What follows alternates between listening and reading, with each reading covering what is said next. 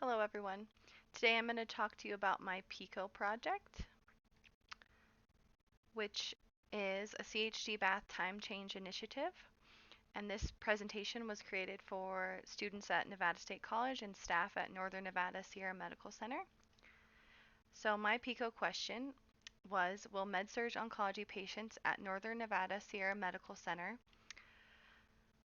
participation in CHG baths increase if the time of the bath is changed from night to morning, thus decreasing CLABSI rates? And I feel like this time change for CHG baths has been a long time coming because since I've been in healthcare, which is 10 years as a CNA and a nurse, I've always seen CHG baths done at night in every hospital I work at. And patients always refuse because they hate taking CHG baths at night. So, in my research this semester, I found that immunocompromised patients benefit from CHG baths. Educating nurses and other staff about the effectiveness of CHG baths is an important factor in reducing CLABSIs. Patients who receive CHG baths see a consistent, clinically substantial, and statistically significant decrease in the risk of HABCs. And despite being largely avoidable, CLABSI remains the most prevalent and most costly healthcare associated infection. The community implications are, according to the CDC, people who have CLABSI have a mortality rate between 12 and 25%. Despite being viewed as an avoidable hospital condition, CLABSI causes 31,000 deaths per year in the United States. CLABSIs have the highest financial burden of any infection connected with healthcare, costing about $46,000 per instance. And with the right aseptic procedures, oversight, and management tactics, most instances can be avoided. CLABSIs result in longer hospitalizations, rising healthcare expenses, and a rise in death. Patients with a CLABSI incurred about an opportunity cost of about $24,500 because their length of stay in the critical care unit was 18 days greater than that of a patient who did not get a CLABSI. So CHG baths are just one thing that we can get our patients to do that will reduce their risk for getting a CLABSI and help our community out by cutting down on all these implications. So my plan at Northern Nevada Sierra Medical Center, patients have been refusing CHG baths. The time of day the baths are offered is the most numerous reason. Historically, CHG bathing has been done at night. Patients report that CHG makes them feel uncomfortable and sticky before bed. CHG has been proven to reduce the occurrence of eclampsia up to 52%. So if we make this change and our patients are actually participating in the CHG baths, at Northern Nevada, we should be able to see a 52% decrease in CLABSIs as well.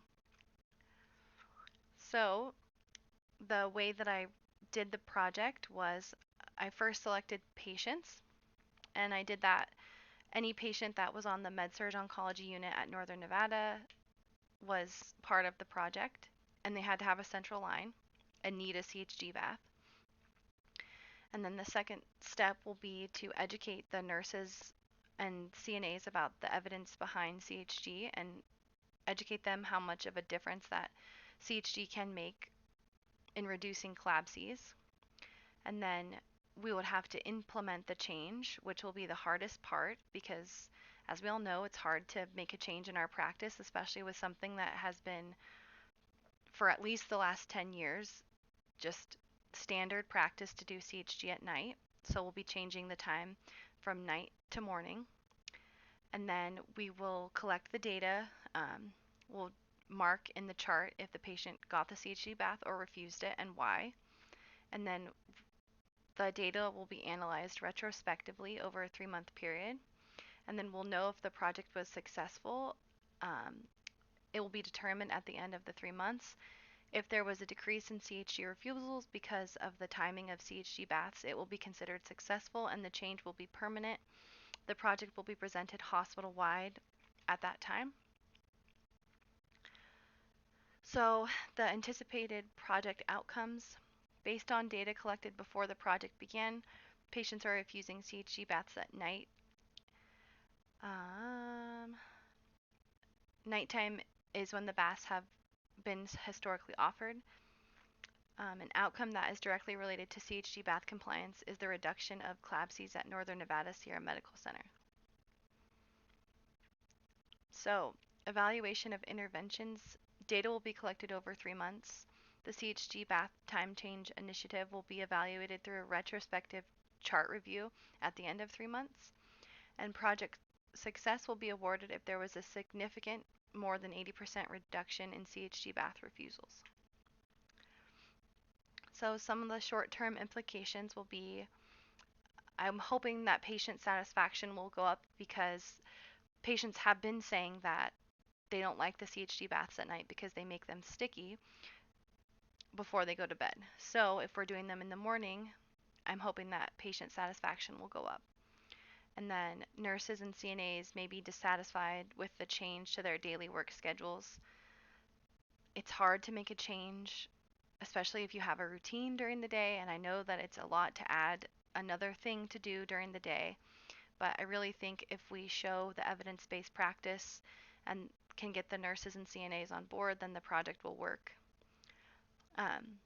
And then support from staff will be maybe hard to secure, but if we get everyone on board with the practice, I think it will be really good. And then the long-term implications, patients continue acceptance of CHG baths because of the new times. Hopefully we see a reduction in CLABSI and reduction of costs to the hospital due to CLABSI.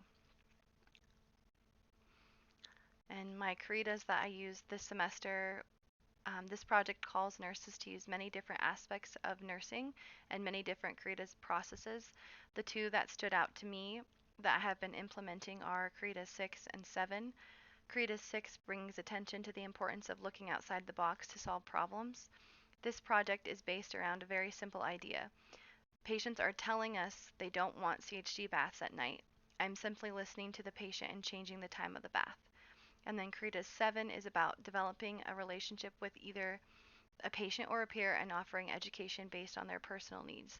This project will require education for both patients and nurses. And that's it. Thank you so much for listening to my presentation. Have a good night.